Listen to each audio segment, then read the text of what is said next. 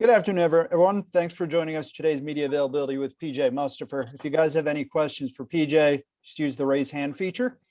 We'll start with Rich Carcella. Hey, PJ, thanks for doing this. Appreciate it. Absolutely. So can you describe what you've gone through these last 2 months, or whatever it is, it's 6 weeks, I guess, since the injury? What was your initial reaction when you learned that it was going to knock you out for the season? It was weird. I don't think, since I've been playing football, you don't expect to hear the news that, you're out for the rest of the season. And I've been fortunate, pretty much my entire life to be healthy. I've never put myself in that situation. So when it happened, I was a little numb at first. I didn't really know, what was going on, what life would be like, how much it would change for me. So, I really wasn't sad. I really wasn't mad at first. I just was like taking it all in. It was tough, man. It was, I think the first month of the injury was definitely challenging for me. Just adjusting to not playing football, the game I love and stuff like that. So, but I'm in a good space now. I'm in a good place. I've been working, I've been rehabbing. Being with the guys definitely helps a lot too. Being out at practice in the locker room and stuff like that. So, I've been doing a lot, trying to stay involved as much as possible and keep my mind off the injury. Go to Audrey Snyder. Mark Brennan, you're next. Sorry, struggling with the unmute button. Thanks for your time, PJ. Absolutely. I just wanted to ask you if you've come to any decisions about next year and your future, if you plan to be here or not. Yeah, so I've had my end of the season meeting with Coach Franklin already. We did that. But no, I haven't made any final decisions yet. Hoping to make that within the next couple of weeks, but I still got to sit down with my family and discuss everything. So I haven't made no plans yet. Just trying to finish out this regular season strong and and get a win in our bowl game. So I'll focus on the guys right now, but just haven't made that decision yet, but hoping to make it soon. Mark Brennan. Greg Pickle, you're next. PJ, really appreciate you taking the time to do this today. Thank you. No doubt. Thank you. Hey, do you have a sense for how long your rehab will take, and how fortunate do you feel, as bad as the COVID year was, that's given you an extra year of eligibility? So if you choose to use it, you have that flexibility to do so. How lucky do you feel to have that? Thanks. Yeah. I don't want to get into the specifics about anything. We can't do that. I'm working hard, man, and I got a long time. I will say that, but I got to go in there each and every day. No matter how long it'll take for me to get back. But I'm thankful for the staff, the medical staff. I'm thankful for my coaches, my teammates, for being there for me each and every day to push me through. So I'm rehabbing, I'm working out, I'm lifting, doing that whole thing, and as far as that goes, I'm just taking it day by day and controlling what I control. And as far as the COVID year, man, now looking at it, just to be able to have that option, before COVID hit, I'd be done. My college career would be over. So, I am extremely fortunate. I'm blessed, that the COVID year allows us to have an extra year of eligibility. So that is an option that is on the table for me to do. So I'm definitely fortunate. Greg Pickle. PJ, thanks for your time. Mm-hmm. What is a day like for you right now? Can you take us through how you balance being there for your teammates versus focusing on your rehab versus all the other academic and stuff you have to deal with? What is that like on a day-to-day basis? Yeah, so I wake up, I got early class. I got at 8 a.m. So I go to my 8 a.m., get back to the facility around 9, do my treatment, go through that. That'll be about an hour and a half, depending on what we have to do. So I'll do my treatment. Then I'll go lift. That's another hour and a half. So I do all that, then have to go to another class, then come back, sit on as much meetings as I can as possible. Then go out to practice and just being there. So, it's a real busy day. But at the same time, I get to take a step back and see it from a different aspect. So, when we're watching film, when they're doing practice, I'm not really preparing for anything, but I'm there to let guys know what I'm seeing. When I'm on the practice field, I'm letting them know what I'm seeing as far as what they're doing. And if they have any questions, they always come and ask me, what am I seeing and what can they improve on and stuff like that. So, it's definitely been different for me. But I appreciate it. Not too many chances have I been able to take a step back from the game of football and see it from this view. So, it's different, but at the same time, I know everything happens for a reason. Go to Frank Bodani. Joe Smeltzer, you're next. Hey, PJ, since you've been out, what have you learned about the defensive line maybe you didn't know about? Is there even a couple guys you could talk about, the younger guys especially, since you've been out, since you've had a different vantage point? Yeah, no, I definitely learned that, they love ball.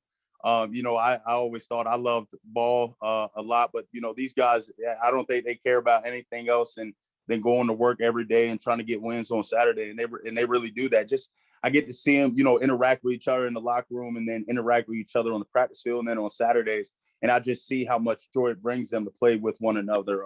The older guy, I'll talk about the older guys like, DT, Derek Tangelo, Jesse, AK, those guys are so passionate about what they do and how they want to lead. I'll talk about my guy, DT. I think, I've gotten a chance to watch a lot of college football players. I think he's one of the best defensive tackles in the country right now. Just what he's been doing, the past couple of weeks and from early on the season, he's playing exceptionally well. And we needed him to do that. And he's definitely stepped up into that role and he's doing a great job.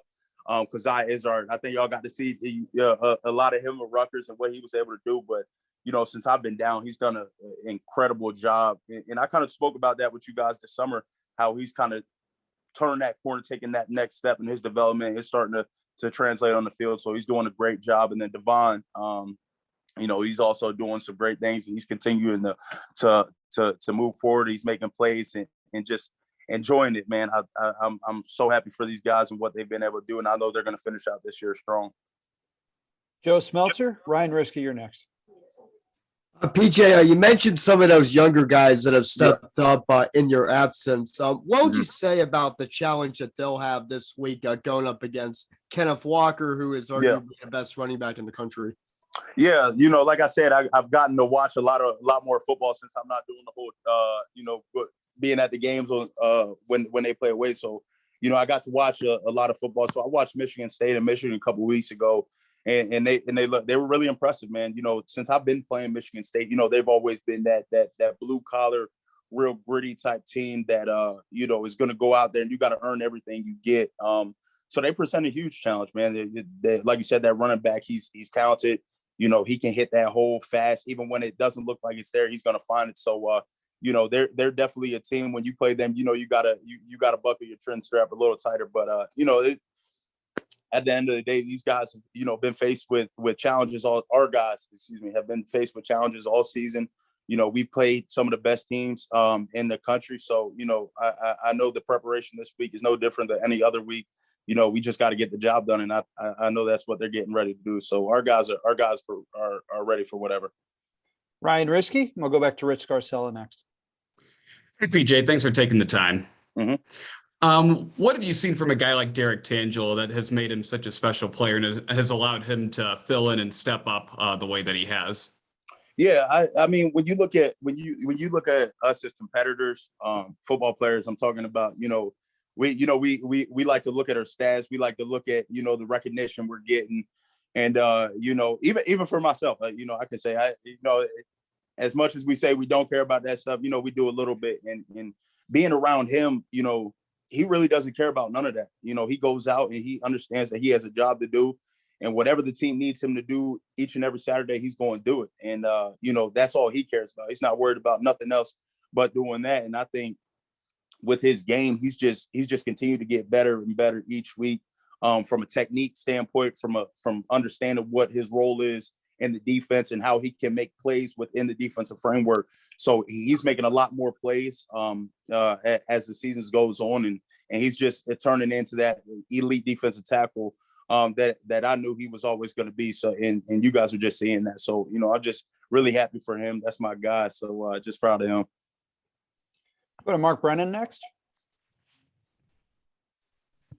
PJ, everybody that has talked about you, whether it's been the coaches or fellow players since you've been banged up, has mentioned how positive and kind of upbeat you've been in spite of it. How do you maintain that? Because it had to be a tough thing. Is there something in your life that's kind of giving you perspective? Yeah, it's definitely tough, man. I'm not going to sit here and lie to you saying it's easy to always be upbeat. I think this injury for me has been more mental than physical. I can do the physical part. I can put the work in each and every day, but having that mental, awareness and having that mental strength each and every day when you're not out there doing what you love is hard. You got to work at it each and every day, and sometimes it's more challenging than other times. But like I said, when I'm around those guys, when I'm around my teammates, the coaches, and I'm in the building or I'm outside of the building with my guys too, that's when I feel better, man. I'm not worried about nothing else but supporting them, and they're supporting me. So I definitely appreciate that, and the perspective thing, man. I've gotten to see everything a whole lot differently now that this injury, and it's not just one thing. So We have time for a couple more. We'll go to Greg Pickle, and then we'll wrap up with Audrey Snyder. Nick, I'm good. Hey, PJ, thanks for your time. I appreciate it. absolutely, thank you. All right, Audrey Snyder, you can wrap us up. There we go. You got me? Yeah. Awesome. Sorry about that, PJ. Thank you. Yeah. It was a crazy week for you guys last week between the flu and all those kinds of things. Mm-hmm. As somebody who's been in the training room a lot, what was maybe the craziest or most surprising scene that you saw last week? I mean, I'm in the training room, and you'll see a guy come in with his jacket up, his hat on, his mask on, and you already know what time it is. They don't even have to say anything. He's gonna be sick, but I didn't want to get it. I'm fortunate to have not. So I left real quick the other day from the training room because I knew they had guys coming in. So just seeing a room full of guys on IVs, hoods on, masks on, it was crazy to see. I mean, it's like we're in a war movie out there over at the building. So that was pretty much the craziest thing I've seen. But I'm glad everybody's getting healthy, and I'm hoping I don't catch whatever's going around. Thanks, PJ. We can go one Mhm. more. Frank Bodani, do you have another question? No, I'm good. Thank you, though. Okay. Thanks, Rich? PJ. Yeah, thanks. PJ, how well do you think you were playing at the time of the injury, and how hard has it been to watch the close losses? I was playing solid, man. I was playing solid. I definitely feel like I was going out there and doing my job and doing what I need to do to give us the best chance possible to win. For me, I'm never going to say I'm playing great because there's always things I can improve, but I was playing really well. And that's just from the work I put in all season. I wanted to play at an extremely high standard, just for the team, and not even for myself, just for the team, because I'm all about winning, and I feel as though I was a big piece of us winning. I had to do my job at a high level, so I was definitely playing solid football. And what was your second? Watching the close losses. It's football. It's Big Ten football.